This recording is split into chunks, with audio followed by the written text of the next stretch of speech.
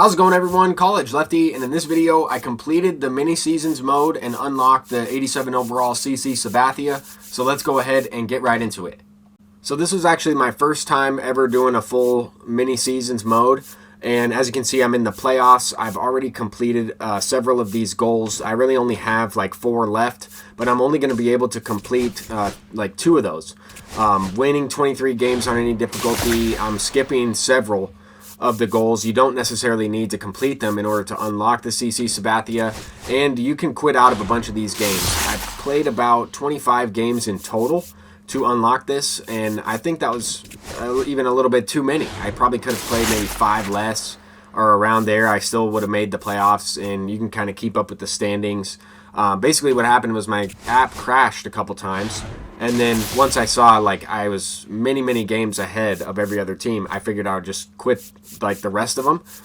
So I could have got all of those goals. I didn't play on All-Star, I didn't play on Hall of Fame. I played every single game on veteran difficulty, so really anybody could do this. You could play every game on rookie if you want to. I was just playing on veteran just to kind of not mess myself up too much, but I was also trying to get some of these team affinities unlocked. We're going to be unlocking our very first team affinity for MLB The Show 25, and it's a pretty decent card. I think a lot of people are talking about that Clay Buchholz, and he might be really good because of his pitching clutch. Well, I kind of got one pitcher that has high pitching clutch, and then CC Sabathia has lower pitching clutch. But this mode is filled with free rewards. As you can see, I'm kind of getting some other stuff with that pipeline program.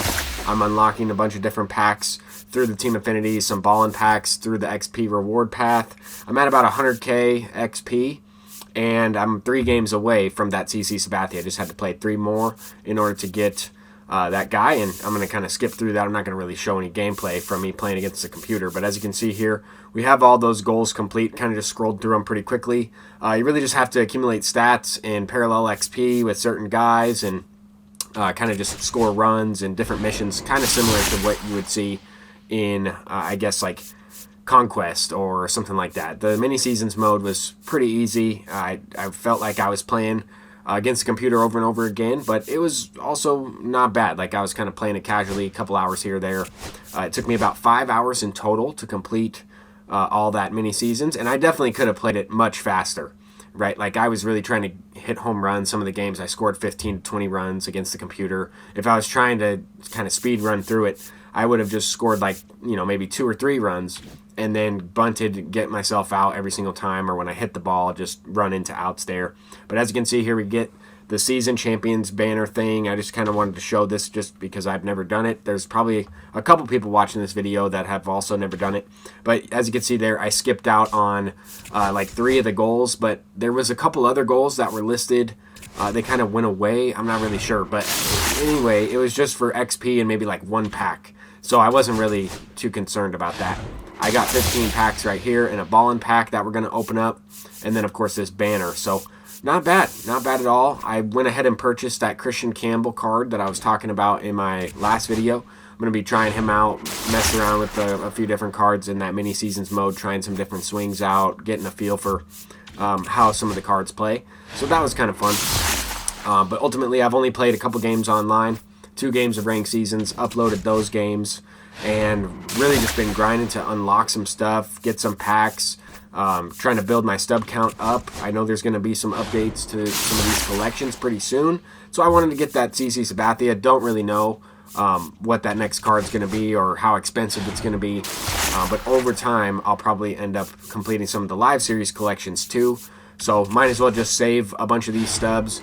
I don't know how long this pipeline program is going to be going on for, but ultimately I would expect the developers to release something new in the next couple of days or maybe a week, and it might be a different type of content, or they might be, part 2 to the pipeline. There's more pipeline cards coming. I don't know exactly what to expect, but eventually I think some of those pipeline cards are going to go up in price.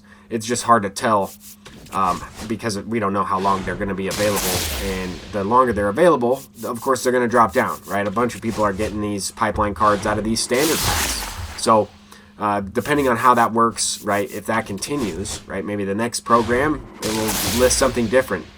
Guaranteed a bunch of player items, a chance at a pipeline series. Maybe that will say a chance at some of these Tokyo Series players that we're about to get when the Cubs play, the Dodgers. I'm expecting some type of content related to that. But speaking of pipeline cards, we're getting Jason Dominguez right there. Right, you can expect that card to go up in price if he's not available in these standard packs anymore. But there's still going to be other ways to get those cards, right? There's still the program, there's still other ways. But we have to kind of keep that in mind, that this game's kind of back to how it used to be in terms of making stubs. A lot of those 20th anniversary cards are going to go up once people aren't pulling those pre-order packs anymore. Of course, they're going to drop down once they release another way to get one of those packs. But when that collection happens in a month, it could be someone really good, and then those cards are going to like double or triple in price. So just keep that in mind. It might be a good investment. But we get CC Sabathia, that 20th anniversary card. Kind of want to try him out, see what happens. But his pitching clutch is pretty low. The developers were hyping him up, but it doesn't really seem like it that good of a card. We'll have to see. Until next time, I'm College Lefty, and peace out.